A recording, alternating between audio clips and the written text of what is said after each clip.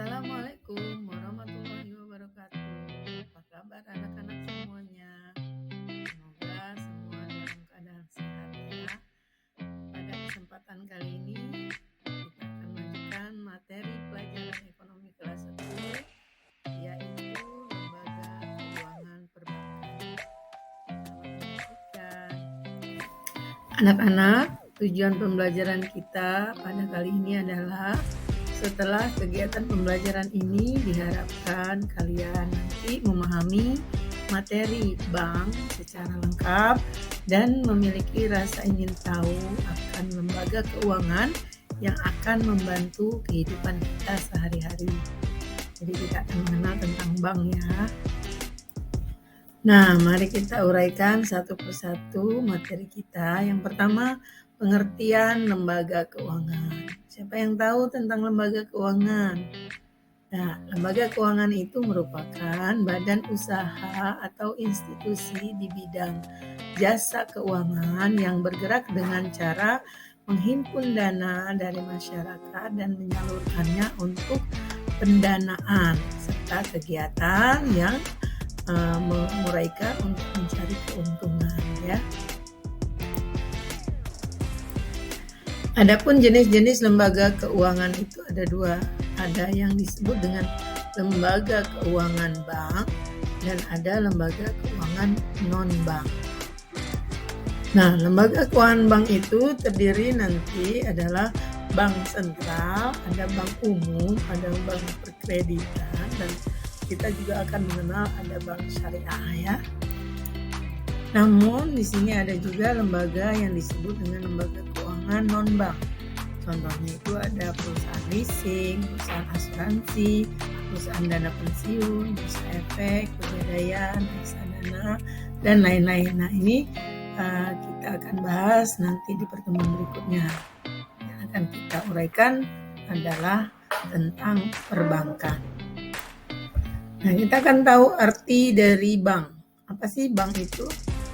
Menurut Undang-Undang Nomor 10 Tahun 1998 tentang perbankan, pengertian bank adalah badan usaha yang menghimpun dana dari masyarakat dalam bentuk simpanan dan menyalurkannya dalam bentuk kredit dan bentuk-bentuk lainnya dalam rangka mensejahterakan masyarakat ya. Itu disebut dengan pengertian bank. Berdasarkan pengertiannya tadi, maka kita bisa uraikan ada 3 fungsi bank ya. Yang pertama, menghimpun dana dari masyarakat, kemudian menyalurkan dana kembali kepada masyarakat berbentuk kredit atau pinjaman-pinjaman kepada masyarakat. Sedangkan yang ketiga, bank juga bisa memberikan pelayanan jasa kepada masyarakat. Ya, dilihat dari pengertiannya tadi, jenis-jenis bank dapat dibedakan menjadi yang pertama berdasarkan kelembagaannya, maka bank itu ada bank sentral, bank umum, dan bank perkreditan. Sedangkan yang kedua dilihat dari berdasarkan kepemilikannya, ada bank persero, ada bank swasta nasional, dan ada juga bank campuran ya. Di dalam kegiatannya, bank itu mempunyai prinsip, ada yang dikenal dengan bank konvensional, prinsipnya bersifat prinsip umum. Ada yang kedua yaitu bank syariah, di mana prinsipnya berbagi hasil ya, non riba.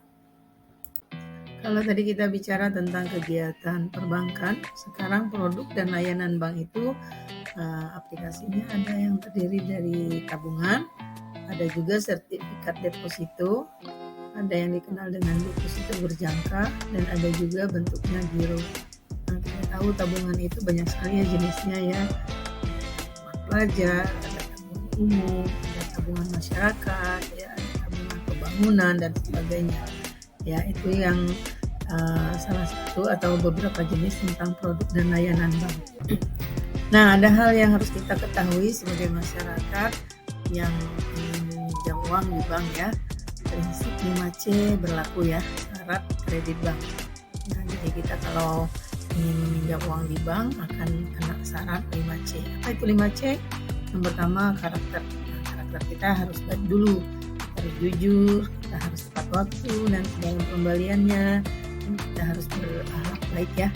Jadi untuk dipinjamin uang dari bank itu biasanya bank melihat karakter kita.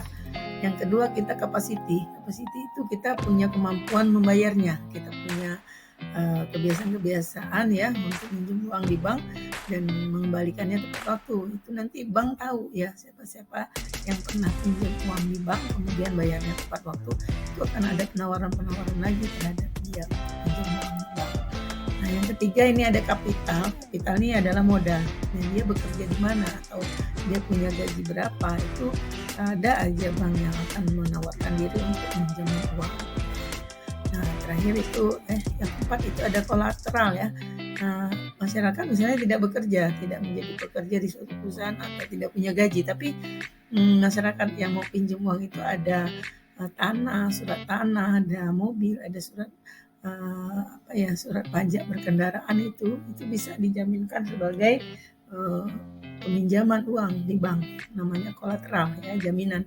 Dan terakhir, jika kondisi ekonomi suatu negara atau perbankan itu uangnya banyak, kadang-kadang syarat yang keempat ini tidak dilihat ya, masyarakat dipinjam-pinjemin aja uang ya, karena kondisi ekonomi sedang baik ya. Nah, ini 5 syarat di dalam peminjaman uang di bank. Maka 5 syarat ini dikenal dengan prinsip 5C. Anak-anak, demikianlah penjelasan singkat tentang perbankan. Tidak banyak yang perlu dijelaskan tentang perbankan. Mungkin kalian bisa menggali materi bank ini secara lebih mendalam jika ingin melanjutkan ke dunia perbankan ya. Selamat belajar dan terima kasih atas perhatiannya. Wassalamualaikum warahmatullahi wabarakatuh.